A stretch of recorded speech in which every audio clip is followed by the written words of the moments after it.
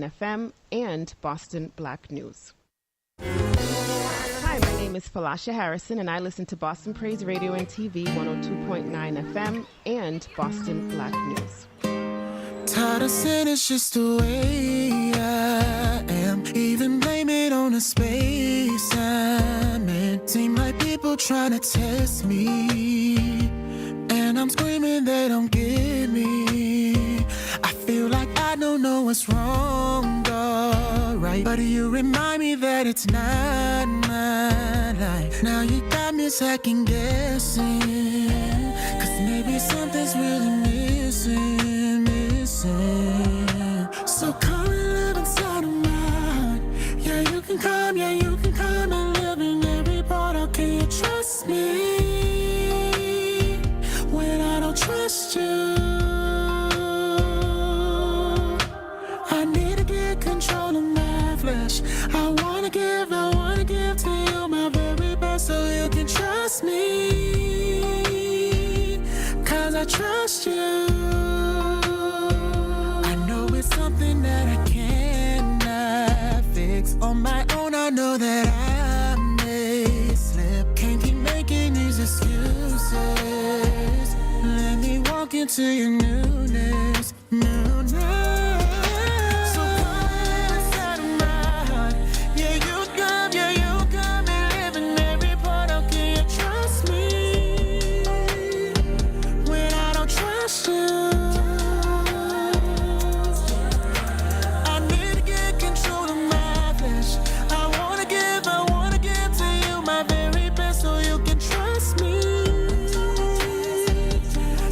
Trust you, cause all of this wrong, yeah, I wanna be right. I need to let go and swallow my pride, cause it's bigger than me. It's all about you. So come and live inside of my heart. Yeah, you come and live in every part. How can you trust me?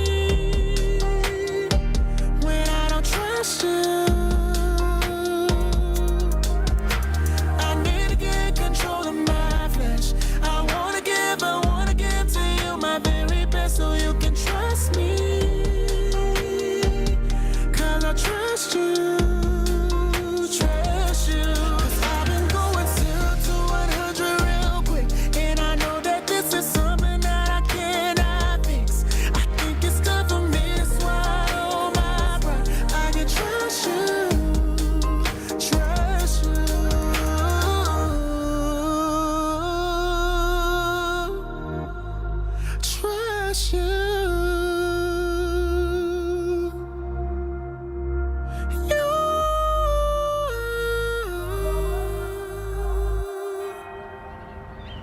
And with love, we can find with one another common. Piece of information today. Let us welcome our new worship pastor, Lloyd Nix. Might sing with a Good afternoon, everyone, and welcome to Faith Beyond Boundaries, where we explore the depths of faith, love, and community every first and third Sunday at 3 p.m. I'm your host, Falasha Harrison, and I'm thrilled to have you join us today for an inspiring and engaging conversation. And today I'm really excited because I have a very special guest with me, someone who I truly, truly, truly admire and think is super dope and amazing. And I can't wait to talk to her. And if you know, you know. If you're from Boston, then you already know what time it is. But before we go there, I just want to do a quick prayer, right? We got to start the broadcast in the Lord's name, right? Heavenly Father, I thank you for this opportunity today. I thank you for the amazing blessings that you have bestowed upon all three of us here in the studio and those that are listening. Father, I ask you to continue to provide a hedge of protection around myself, my guest, and Pastor Hobbs. Father, I ask you to keep us focused and to continue to move forward in the direction that you guide us. Father, I am truly grateful for who you are in my life and how you show up in my life every day. And I pray that you will touch the homes and lives of those who are listening, whether now or later, and I just thank you. Thank you for being God in my life, my Jehovah Jireh, my Jehovah Raphi, El Roy, who sees me. Father, I thank you, and I give you all the honor and the glory in Jesus' name. But wait, before we go, God, one more thing. Less of me and more of you. Less of me and more of you, so that those listening can get something and glean something and recognize your awesome and amazing transformative powers. Now, for real, in Jesus' name, I pray. Amen. Amen. Okay. Woo! Jesus and some lip gloss. Listen, we always need the lip gloss. So, guys, my special guest is Senator Liz Miranda. Now, woo! Liz is like Senator Liz, like since 88, for real. Like since 88, I've been in adoration of this woman.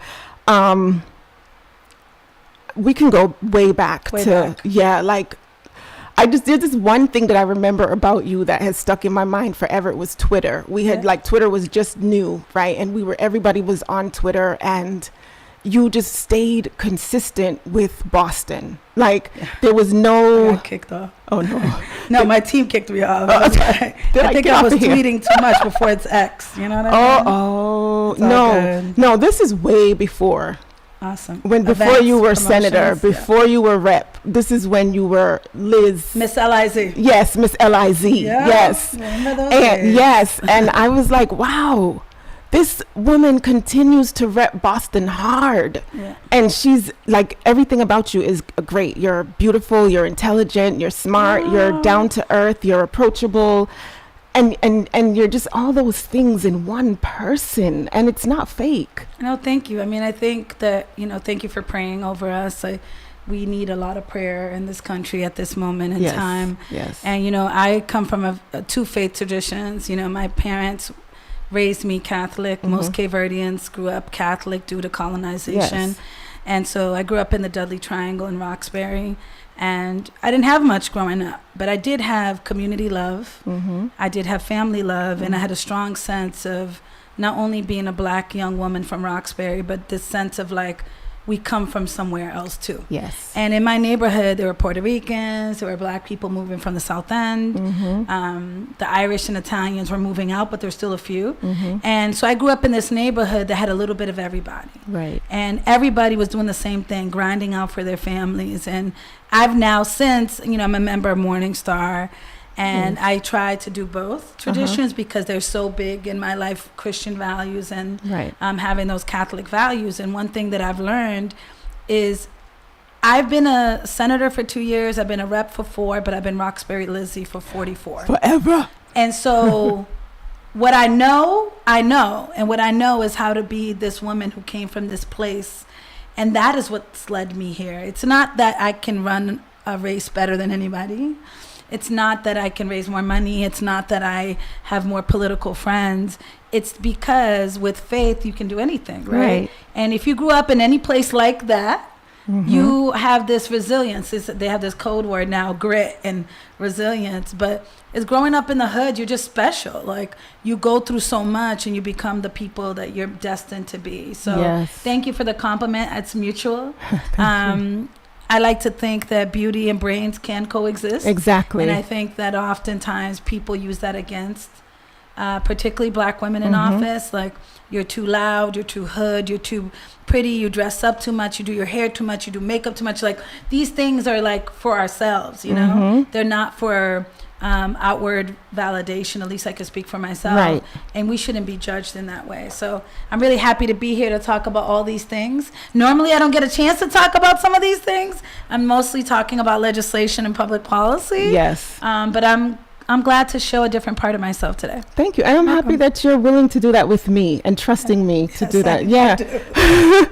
And I was like, okay, but I know Liz knows her stuff. So it's not a question. I mean, you've gotten bills passed. You're Liz, right? Senator Liz. And so we know that. So we don't have to keep that as the primary focus. There's a Liz that's behind Senator Liz, or that fuels Senator Liz, right? Absolutely. And so one of my questions was, with your authenticity and commitment to Boston, especially Roxbury. Yeah. I do represent Hyde Park to the south end, though, so I just want to That's put that right. out Okay. there. That's right. For anybody who's like, you're so Roxbury. Yes, I am, but I care a lot about the Second Suffolk District. Of course, you have to. Yeah. Of course, Boston. Yeah. It's Boston. My whole city. Whole City's city. ours. Yes. So, can you, for those who don't fully understand, before we get into the other stuff, who and what a senator's responsibilities are, what can you help them understand, especially for those people that are like skeptics and feeling like, oh, politics isn't my thing, and help them understand why it was important for you to represent Boston in the way that you do, in the state the way that you do, right? So there's a couple points that I want to share with everyone. Thank you for everyone tuning into my live. I'm here with Felicia. We're here for the next hour on Boston Praise Radio. She'll tap in a little later, and she just asked me a question regarding what do senators do, and I just want to say 3 points. And the first point I'm going to say, I learned pretty long ago, I think I was 13, 14 when I realized that everything in my life was dictated by somebody.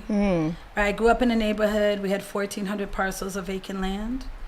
I didn't realize that those weren't parks until I was able to leave Roxbury, because my whole world was from Upham's Corner, Bowdoin, all the way to Roxbury Crossing. That's like, Dudley Street was my whole world, right? And I didn't get out much. I went to high school right on Malcolm X Boulevard. Shout out to the OB Tigers listening in. And I worked 2 jobs, and I went downtown to go to work, but I didn't go downtown to play. You know what I mean? Right. And so I started getting organizing support and learning about what a community organizer was at the age of 13. I was littering. I tell this story all the time, that there was so much trash in my neighborhood that I thought that it was normal that we didn't have bus stops and we didn't have trash barrels. And some woman, her name is Ross Everdale, she's not only some woman, but she was one of the founders of the Dudley Street Neighborhood Initiative, got me involved, and I went to a cleanup with my friends, and I never stopped organizing. And if you know me, my friends make fun of me all the time. Like, I'm the 311 queen.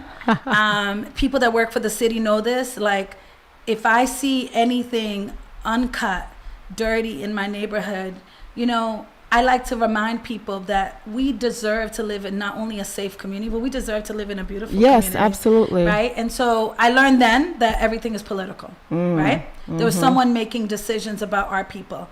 Then I learned urban renewal, redlining, and all those other things that we don't have time to talk about today. So I knew that I had to be active in my community. What I did not know was that I too could be a politician. I too could be an elected official.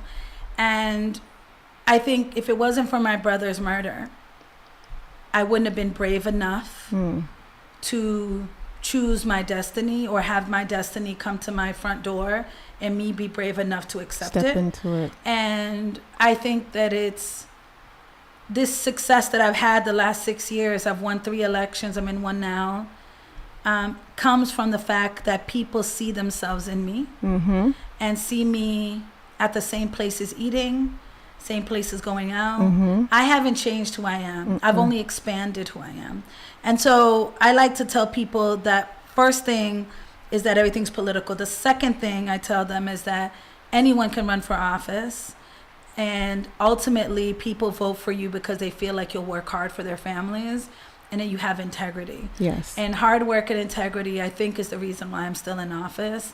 It's not for the other things that I think people think that you can buy, you could be taught, or someone can support you. It's not about endorsements. When I first ran, I had hardly any endorsements. I made hardly any money. I had no politicals on my campaign. I had my mother, I had my sorority sisters, and I had the hood. Right. And that has carried me throughout my my electoral experience. I will say that there's 4 things, mainly 4, that senators do, state senators. 1, we champion laws. So we're legislators. We either amend laws or pass laws or write laws into existence on an issue we care about. I care a lot about Black maternal health, the ending the racial wealth gap, Right. environmental justice, because I grew up in that type of community, and the criminal justice system, reforming that, because my father and all my brothers were incarcerated. I lost a brother to gun violence. I lost a brother to deportation. And I was the only elected official in Massachusetts that had a sibling incarcerated at the time of winning my election. Wow. So I know a lot about that. So those are the Right. issues that I work on, and I try to pass laws. You know, Pastor Hobbs can talk a little bit about some of the work that we've been able to do in the last 4 years. The second thing, we have a $58 billion budget in Massachusetts, and my job is to take a piece of that and give it to the neighbors and my organizations in my district. Whether it's Roxbury Community College, we have Franklin Cummings coming into the district, we have the Urban League, we have more schools. I represent more public schools in Boston than any other legislator. So those are the things that I care about. Now, that's not the only money we got. Yeah. Every secretariat has money.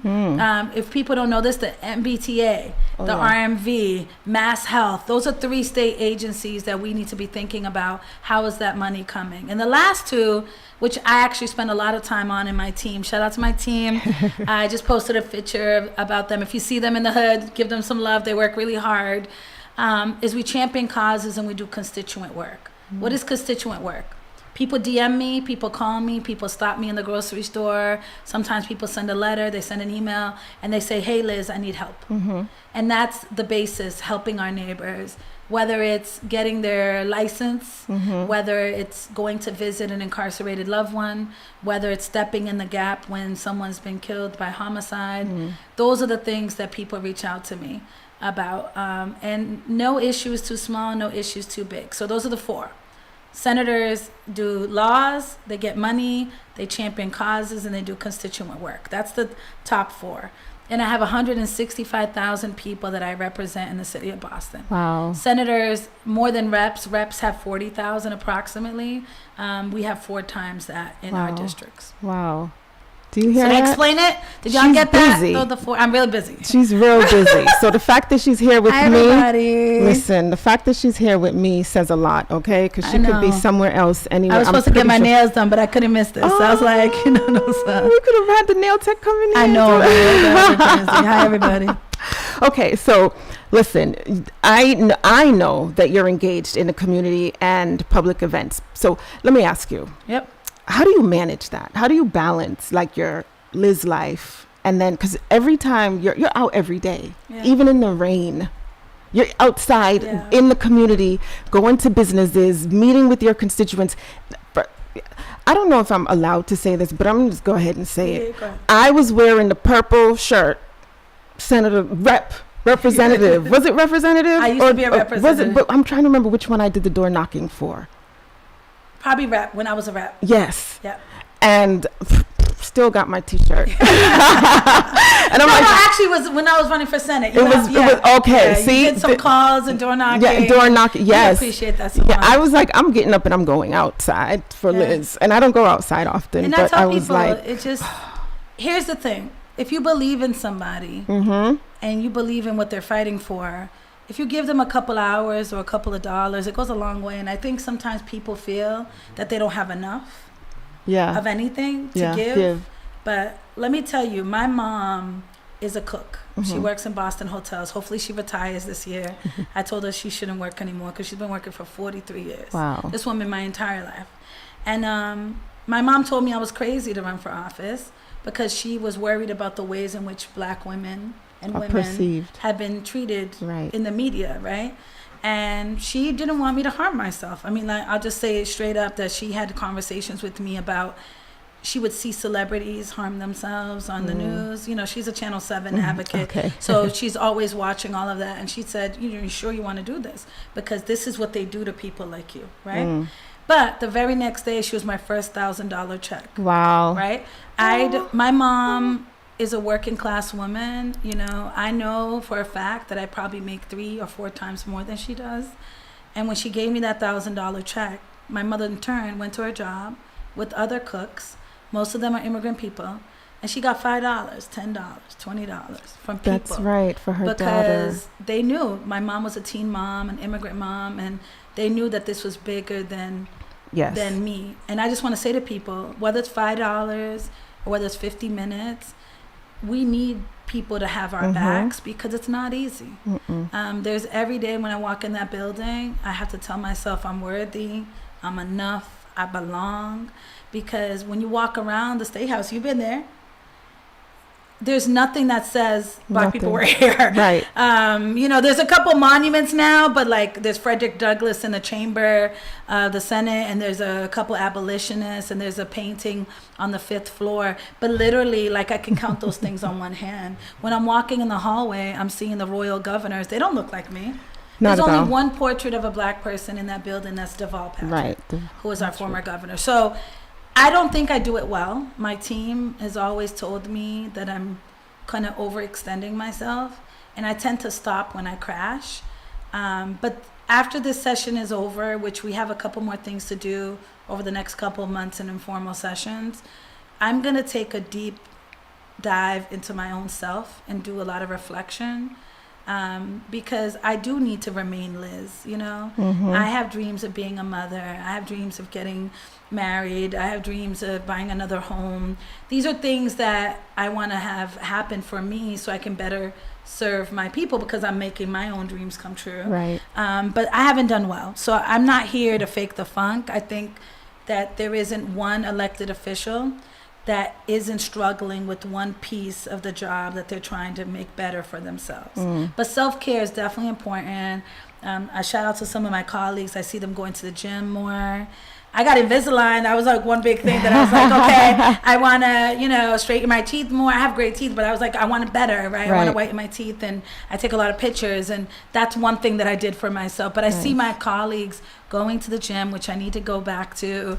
They're hiking, and they're doing other stuff because you need to be on your A game for this role. Right. And we are humans. I just want to pass that message that I think people think we're robots sometimes. I get calls sometimes in the middle of the night or on the weekends. I think people expect me to show up at all times of the day, but I do need a break sometimes. Right.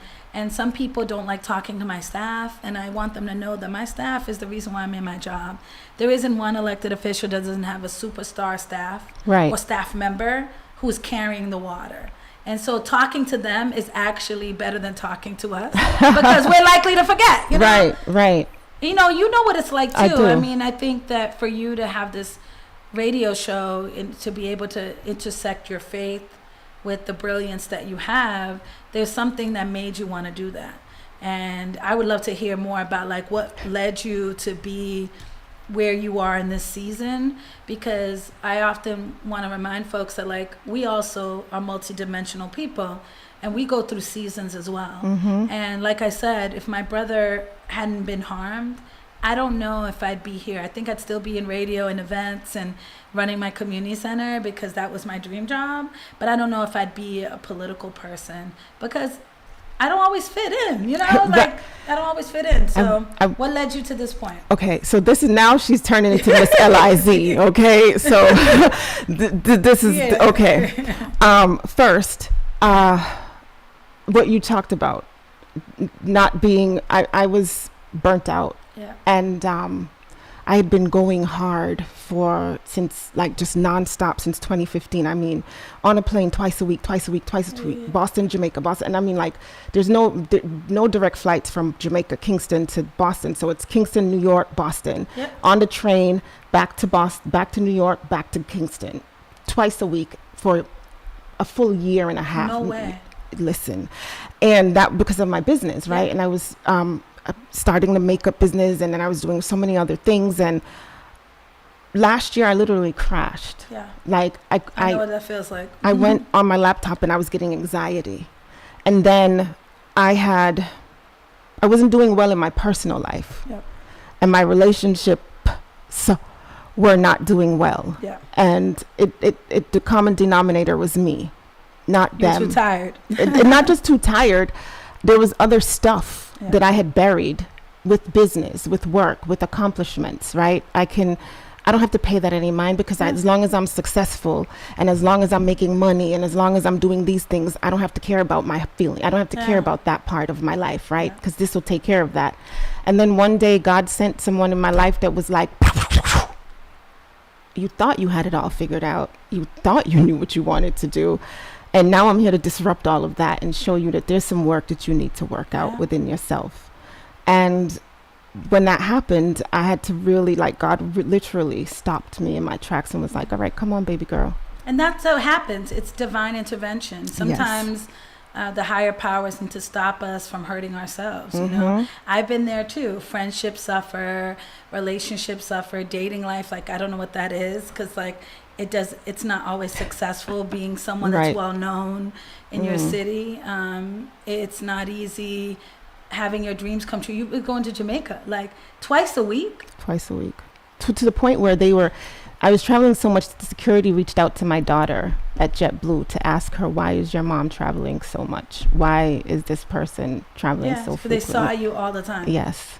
You know, but you know, you don't know until you know. And one of the things that I want to stress with folks is, until that there's that disruption, you could literally be killing yourself. Like, and didn't know. High blood pressure. So my moment came when I was running for the Senate. My father was very ill with lung cancer, and he didn't want me to quit. But I was ready to be like, I don't know if this is for me. But I kept getting these messages that God was like, this is your race, this is your seat, and you will do right by the people of the Second Suffolk. So keep going. But I wanted to be home. I wanted to be home with my dad, because I knew he had terminal cancer. And I also knew that, like, I wasn't necessarily feeling well, but I kept pushing because I was like, okay, this is what people want me to do. And I had one night where I was so sick that I went to the hospital, and I had a polyp in my uterus. I had a cyst on one of my ovaries. Wow. I was so low on iron that I needed 2 transfusions. Wow. I had diverticulitis, which is a very painful gastro issue. And I had that stuff and was fighting through it, because I was like, well, I don't have time to go to the hospital. I don't have time to go checked out. And when I went to the doctor was like, you got high blood pressure. Like, they're like, you're going to have a heart attack or a stroke and die if you don't take care of yourself. And that was a moment. It was a very scary moment that I realized that if I can't be here and be well for myself and my family and for this role, then I don't know what I'm doing, because what's the point of doing this and then passing away? Right. And what are people going to be like? Well, Liz was super cool. Liz always took my phone call. Liz worked 24 hours a day. And you know what came on Instagram? It was this meme that said there's no award for overworked female of the year. There is. And I screenshotted it and I kept it in my phone, because I was like, well, what am I trying to prove? And who am I trying to prove this to? And most of the time, like you're saying, it's to yourself. That you can do it. That you can make those things happen.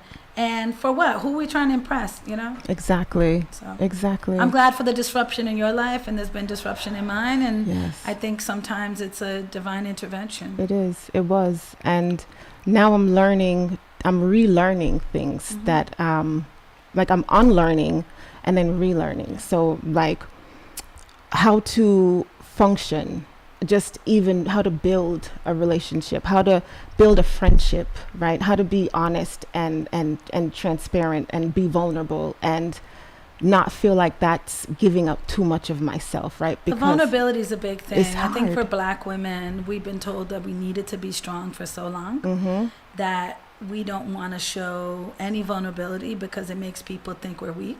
Exactly. And when you're fighting for your career or your life, or you're trying to make sure people respect you, the vulnerability goes out the window. I think that I try my best to tell people that I'm human, that I make mistakes, that I am a person who is walking in her faith, and I might not get it right all the time. But if you can direct me or help me or tell me the truth, I will improve, right? Yes. And one of the things that's hard about that is that we're attacked more than anybody. Like, if you look at this race right now, Kamala Harris is one of the most decorated elected officials in this country has ever seen. She's also Jamaican and Indian. And she's been a DA, she's been an AG, she's been a U.S. Senator. And I want someone to Google it, how many Black women have been U.S. Senators in this country. and it's under 5, and people would be surprised, you know. And she's the vice president of the United States of America. If she could be a number 2, she could be a number 1. Thank you. Because number 2s keep number 1s looking good. Exactly. You know, because often they're the backbone. They're doing the things that we can't do. We're always in front of the camera putting out, but usually we have, it's just like politicians with our chiefs of staff. You know, they're always kind of there to be like, oh, okay, no, yes, you should do that. So we're disrespected a lot, but people need us. And so the vulnerability doesn't come easy. I mean, I grew up in an area that you couldn't cry. You couldn't be weak because you get beat up. Right. You know what I mean? Like you would get like bunched dung if you showed any type of weakness.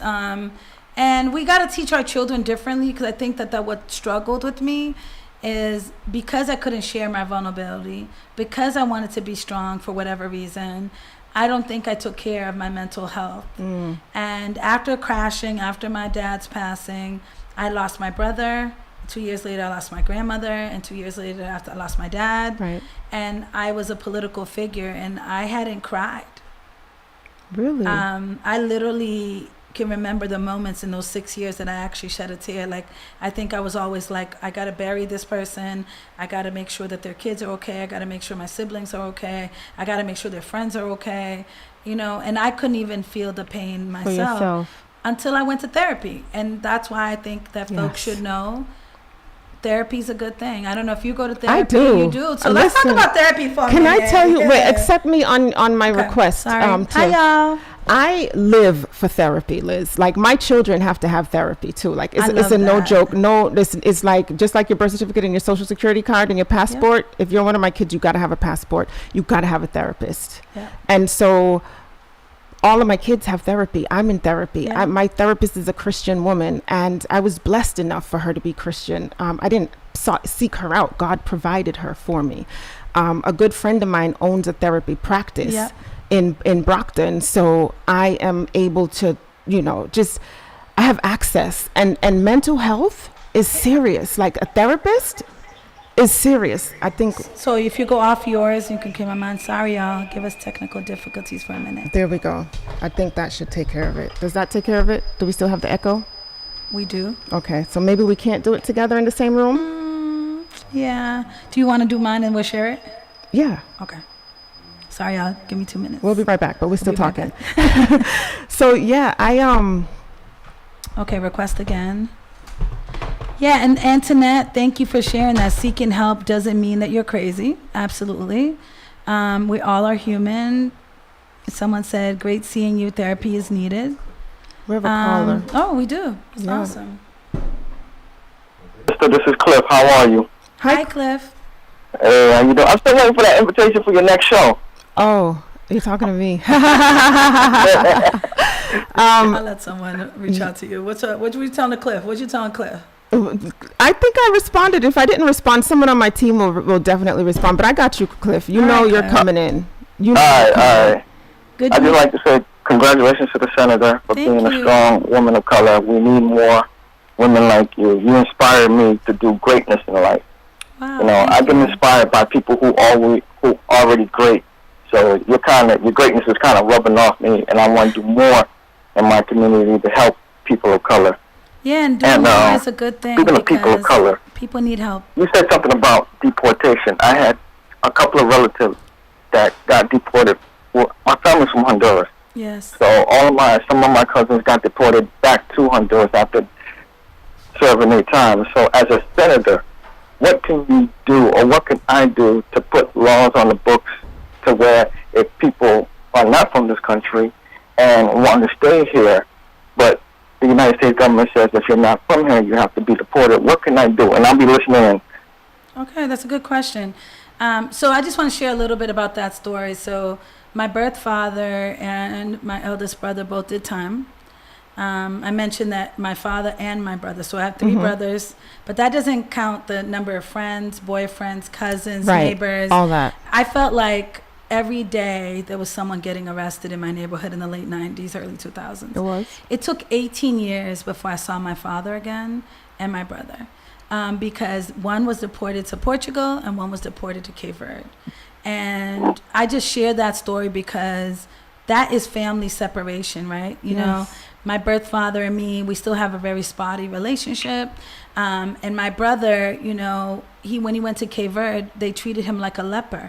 Because once you mess up the opportunity to be in the United States, people don't look at you the same. Even though he could speak English, speak a decent amount of Criollo, which he's learned more, he couldn't get a job. Wow. And because he couldn't get a job, he needed to survive, so he got involved in other things that were not helpful to him and not helpful to the country of Cape Verde.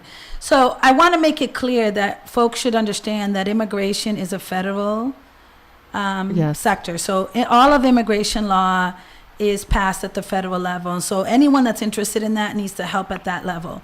What I do now is when people reach out to me about visas, about passports, about deportations, about parole hearings, about interceding, and we've had a few cases, some that have been successful, some that have not, I always remind them that we have to work with our Congress people and our U.S. senators. So I'll share more with you, Cliff, at another time, because it's a pretty complicated thing.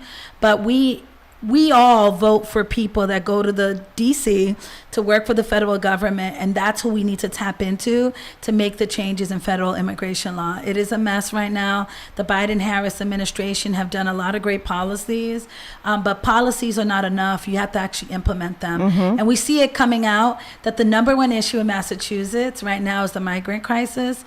And for a long time, people would say that the migrant crisis is an issue at the border, right? Right. But not in a state like Massachusetts. There are many people who do not believe that migrants should be able to come into our state and get the help that they need, because we're not helping the people who already need it. And so there's a big debate right now. And I never thought I'll come a day where I'm an elected person in a city that's mostly of color, and immigration be such a polarizing issue in our country. So thanks, Cliff, for that. Hi, Nani. She's really funny. You're welcome. And You're welcome. So like I said, I've been trying to fight for so many years to see if I could get some type of legislation where people don't have to go through this and they could stay in this country after they do their time. You know, I think everybody deserves a second chance. Yeah. Depending on who, I know you have to go and we have to move on to another caller, but one of the things I would just say to you, don't give up the fight. Like, reach out to my office, and we'll connect with our federal delegation, and then we'll work on something, because that is the saddest thing when someone does 10, 20 years and they're returning to a country that they don't not even know the language. Know nothing there have about. been so many Cape Verdeans that have been deported to Angola, to Portugal, to Cape Verde, who came as children. And we need all you, and I'm going to say this to all the brothers in particular. When you can, if you've been here 5 years and you can take the test, become a citizen, you know, because larceny, for example, a lot of people are deported for larceny. What people don't understand, something over $250 can end you up in jail, which is a jacket, a shoe, a phone, and then you can get deported, and you don't even know anybody in this country. So we'll talk more about that. And thank you. Tia said something about mental health. Request me again, sister. Yep, thanks. Let me see if I can request you again. Immigration is, and it's very interesting, you know, I'm not even going to go there, because I remember when I was working and a document was sent out where the language on it was like, who wrote this? We're a black organization, and we're using this language. This is feels not very anti-immigrant. Yes. And it's, and half of us in there are immigrants or come from immigrant parents, and and nobody realized it. But all right, so Cliff, thank you for bringing that up. I will definitely make sure that we connect with you for a date to come back on the show and have a conversation with us. Let's see. So it's going back to making noise. Yeah, so. I think we're too close to each other. That might be what it is. Okay. Or can I mute myself? Maybe I just need to. How about that? Yeah, it's perfect. Can you guys hear us? They can. Yes. So now they can see you and me, which is great. Right. So, Liz, which one do I want to ask? I have so many questions here. Yeah. Let's do popcorn style. Okay. Hey, everybody. There's so many people on here. Thank you. we already had this conversation though about dating and not having the time and busy and just not doing that very well. Fine. So I grew up when growing up in Jamaica, I was Catholic. My school, Yeah. I went to Catholic school, and my grandmother was Anglican, which is like one step away from being a Catholic or Catholicism. And how do you practice both? How what is that like for you? Like, I think it's dope, but I would like to hear from you. So I was very super Catholic until I was 16, and something happened to me in the church that made me second guess like being both Black and Cape Verdean. And so we grew up near the Orchard Park housing development, and I went to school with many people. My first 2 jobs, one of them was in OP at the teen center, and still to this day I talk about Orchard Park being my second home. And I was in church with Cape Verdeans look very different. My mom has white skin and blue eyes. My father's chocolate, and many of us are in between. And I remember being in church CCD or like after school, and one of my Cape Verdean friends was like, "Why do you like to hang with those over there?" And I was like, "But we're Black too." Right. And they were like, "No, but we're different." And I was like, so I knew physically most Cape Verdeans had lived in homes and lived mostly on the right side of St. Patrick Church. And Orchard Park was mostly African American at the time. And the Puerto Ricans were lined up Dudley Street and Blue Halav, right? So this is this mestizo culture that, and for the first time in my life, I heard another Black person call another Black person the N-word, right, and be like, "Oh, we're different." And I never went back to church after that. Wow. That same year, my birth father and me were trying to rekindle our relationship. So I would go to church every Sunday, and we would go to breakfast every day after church. I was really working hard, even though I had a stepdad that was like my dad who raised me. There was just this calling, right? Yeah. To like build a relationship with the man that I looked like, that I had the mannerisms of. And every Sunday he would take another woman out to breakfast. And there was something fundamentally wrong about that. One, how he was able to go to church every Sunday, not take care of his children. I was trying to build a relationship with him, and he tolerated me. He took me to breakfast, but that every Sunday he was with a different woman. And I knew he didn't take care of my mom and hadn't been in my life. And so it was like a perfect storm for me to leave the Catholic Church. However, my family stayed devout Catholics. Every funeral, every wedding, we had very strong traditions, and when there was a birth of a child, the death of someone. And so I kept those traditions alive. And then eventually, when I became a member of Morning Star, I just thought that Bishop Borders just had the perfect balance in his church of being real and being someone who could give a good word and inspire and help refresh and rejuvenate me, and didn't call into question that I still was involved in the Catholic Church. And so in my position now, I normally go to a different church every Sunday, and there's so many churches, right? I go to mosques also on Fridays for Juma once a month. I try to show my support for my constituents. Of course. But it is very hard to stay faithful, because for a long time I didn't know how to pray. I thought there was a right way to pray. And I thought also I couldn't go to the Catholic Church because I partied a lot, or I drank, and I had boyfriends, and obviously was involved with them before getting married. And so I often felt like the Catholic Church was very demeaning in that way.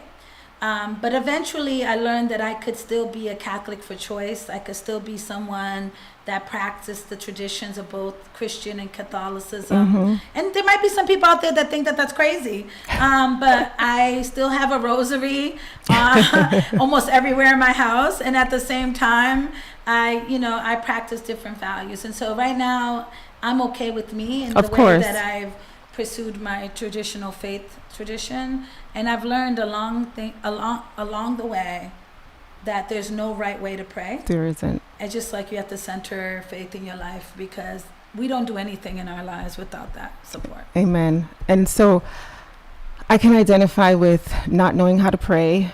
For up to the other day, right? I was like, don't call me to pray. Like Pastor Wall will be in a prayer meeting and he'll just randomly pick someone, and I'm like going off camera, like, don't, not me.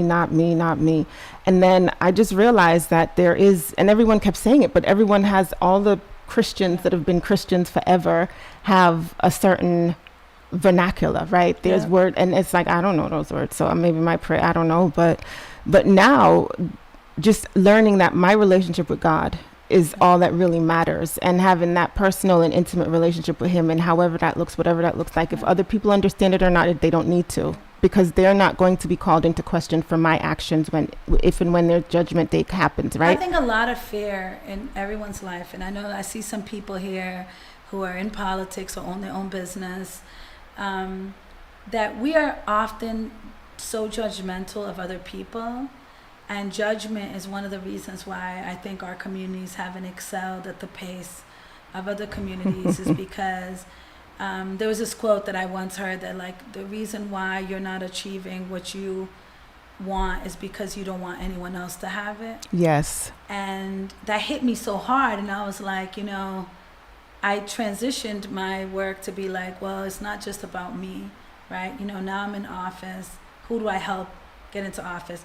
Who do I hire to get them into government for the first time? And I have the most diverse team in the whole State House. Wow. And it's why am I not surprised? Why am I not surprised? It's intentional. I wanted someone that spoke Haitian Creole. Sorry, brother. I wanted someone that spoke Cape Verdean Creole and Spanish, and so that's what I worked on. So. Nice. So we got 15 minutes. Yes. I see all y'all. Can you open the door, please? It's hot in here. Okay, we're in the studio, and what's it, 85 degrees outside? Yes, it's 85 degrees outside and 150 inside. And we're over 40, so right. Listen, she's over 40. She's well, you look good if you're over something else. No, I'm over 30. Okay, guys. And when I came in, I was saying, like, your skin is glowing. Thank you. It's God. It's the baptism. It's the water. Yeah. I got baptized a second time by Pastor Wall again. And even one of my friends in Jamaica was saying it to me, like, girl, there's something about your skin. And I said, it's the water. I think she said it. She was like, something's in that water that Pastor Wall put you through. But it's... oh, it's refreshing. Thank you. Oh, the door open, right? So I don't know. I am really excited about where I am in my life. And I'm really excited. And now that I know that you're going back to the gym and doing those sort of things, and because I'm the snitch around here, right? Yeah. So when Pastor's drinking Dr. Pepper, I call Pastor K, and like Pastor K, he was drinking soda. So I will be calling you and checking up on Pepsi. And I want to shout out Counselor Tanya Fernandez Anderson. She sends me stuff all the time because I haven't gone to the gym with her yet. I was like, literally, I need to get up and go to the gym. It really deals with... It keeps you energized. Yes. It keeps you... Mental health. Which I tell people all the time. Besides a therapist, some physical activity. Now, mind you, I need to get my ish together, but I'm working on it. And the reason why I really want to do today's interview is that so often we talk about public policy, about laws, about things people love or hate in the city. But it's super important to take a step back from that and understand where you are as a woman of color in the city and how you're multidimensional. None of us do the work that we do, whether you're an entrepreneur, whether you're a rabbi, whether you're a radio personality or a politician. None of us do our work in a silo. Nope. And we have to be good to one another. And so I see a lot of people here saying hello. And I don't know if someone has a question. I know you got some good questions. It's pouring out. Oh my God, it started raining already? Listen, I thought I was going to the pool when I left here. It can't be raining. Is it raining? It's raining? Oh my goodness. Oh shoot. No. It's coming out a little earlier than I expected. I thought it was going to rain at 5 o'clock. Well, get cleansed, okay? Rain is a good thing, okay? Liz, when do you get vacation time? Do you get any? Because let's go to Jamaica. Yeah, we should. So I've never been to Jamaica, which makes people laugh because I've been around the world. I've like been to Dubai, I've been to other places in the Caribbean, but I've never gone to Jamaica. That's because you need to go with me. Yeah, and I also know it's because I really love Jamaican people and Bajan people and Trinis because I grew up with all of them. She got to say everybody. I gotta say everybody. But she really loves the black, green, and gold. Yes, okay? I love my Hello. hey. And, I think that if I go, I might stay. That's why I think like so maybe you should come with me. I should really want to go because I don't like going just to resorts. You should come with me. So I haven't been on a real vacation in a long time. I'm going to St. Thomas tomorrow, but I'm going for a conference. Nice. And so I oftentimes try to add a day to a work conference. But that's not good enough. I really need to, I think, a solo trip, and I need to tune out for a week. Well, that solo trip is not Jamaica. Okay. The solo, Jamaica's not solo. It's me and you. I can go to Arizona. Yes, Namyo Renge Cow. But Jamaica, us. Yeah. And my girls in Jamaica, trust me, my friend, like. Yeah. I want to be in Kingston. Like, yes. I've heard so many good things that's about what you do. And people have a lot of fear about Kingston, but like I feel like it's the same way. It's the same that people here. think about Roxbury, Dorchester, and Mattapan. It's the same. Just don't get involved. If you're involved, then you're involved. But if you're not involved, you're not involved. It's not impacting. It's not affecting you. Jamaica, and you're gonna have a lit time because let me just tell you, there's so many different. Of course, everywhere, like America racism, Jamaica classism, but the classism is only in certain facets of your life, really, because everybody parties together, everybody dines together, everybody has a good time together. I know someone said it's go. Keon say, I'm gonna take your word for it. They said go to Jamaica. Yes. Someone said get cleansed for the rain. Yeah. Yes. I can't believe it's pouring out for real. All right. I'm glad I came into the studio and wasn't outside because you were speaking about this. I definitely usually have to go to a bunch of community events, and I have like 2 more to go to tonight. I saw that too. I was like, how's she going to do that? Yeah. And because I'll go pull up on her. No, I won't skip. No. Listen, I love you so much. Do you know? And I just want you to know that you are like, I love people, right? But there is something about you that I have always, and I feel like when we see each other in spaces together, we kind of we give each other that look, like I'm here, and it's like exactly. And I see you grind. I think the thing about being authentically yourself is, I always tell people, I'm not going to be a politician or an elected official forever, but I got to go back to my neighborhoods. And that's where my home is. And if I'm not doing right by myself or doing right by the people that helped put me here, then I shouldn't be in this role. Right. And it takes nothing to pick up your phone. Now, guaranteed, I'm very busy, so sometimes folks get a little upset. But if I'm saying, hey, can you talk to my staff or send me an email, it's not a slight to you. What it's saying is, I don't want to forget this. Right. I don't want to misplace this. And so make sure you put it in writing, or make sure you talk to my team, because they are the ones who are actually going to follow Make through. sure, yep. My job is to call you back when it's done and be like, in 3 days, did you get your unemployment? Right. Did you, did the RMV send you your license? Did Mass Health, did you work Get that approved, appeal? yep. Did you get approved? And so that's where I want folks to have a little bit more patience and grace. But it's been the honor of my lifetime, you know what I mean? I want to be an entrepreneur again. For the last couple of years, I've been so busy that I put my career on pause.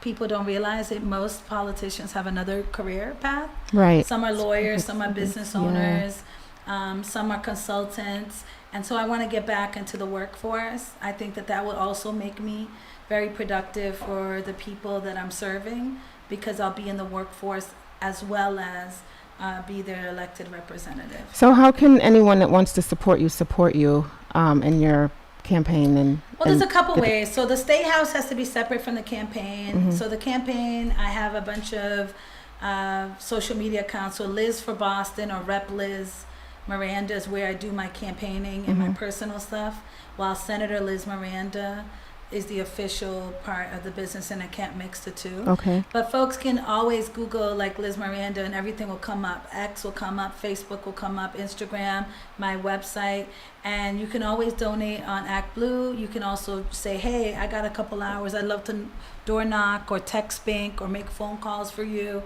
and we can set that up. So right now, because I have no one running against me in this term, I'm taking a little bit of a more casual approach to helping other people win. And so Nice. folks will see those people on my social media that I'm helping. Two races that I want folks to pay attention to is that there is a black woman on Martha's Vineyard that's running for state rep, Ariel Faria. She was married to a Brazilian. She is a mom of two. We can have the first black woman coming from Martha's Vineyard, a place that black people have had history Yes. with for hundreds of years. Yes. Native American people, Totally. Cape Verdeans, African Americans. This was one of the first places that they could vacation to. And so I want her. And then there's a clerk of courts race that people are not paying attention to as much as they should. Because sometimes people think a position like senator is important, but something else. Vote in every election and Yes. vote for every position. Make your voice heard. Regardless of who you vote for, make sure that you're paying attention to the local races that are happening. Absolutely, because that's what impacts Yeah. us and affects us immediately. Absolutely, absolutely. Not just the presidential campaign. That's who's gonna determine how this 58 billion is distributed throughout the state, right? And we never get our fair share. And we gotta get about 25 more Lizzies in the state house, and then We have a that'll good, happen. we have 24 Black and Latino people in the state house, and they all are great. They all champion different things. It is hard, I think, being 1 out of 200 and 1 out of 24 doesn't make it easier. Liz, let me just give you this flower right Okay. here. You give me permission to be Falasha in every space that I go to. That's what you do for me. That's what you've always done for me. Because Senator Liz Miranda is wearing jeans.